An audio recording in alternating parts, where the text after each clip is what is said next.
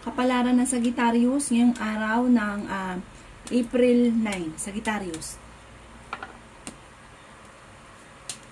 Sinasabi po dito na may problema ang pinagdadaan ng Sagittarius tungkol sa pera. Sabi rin po dito, may isang babae na may problemang pinagdadaanan pero malalampasan.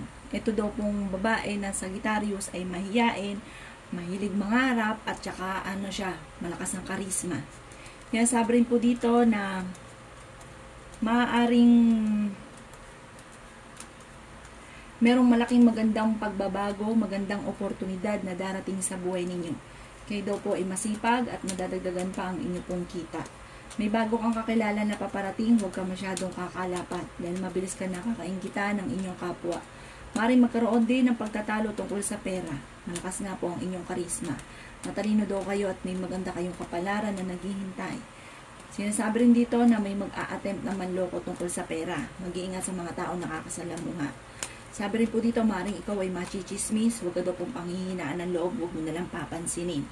Ang lucky color po ay ninyo ay violet at ang lucky number niyo ay 14, ganoon din po ang 21, 13 at 8, ganoon din po ang 27 at 36. Good luck po!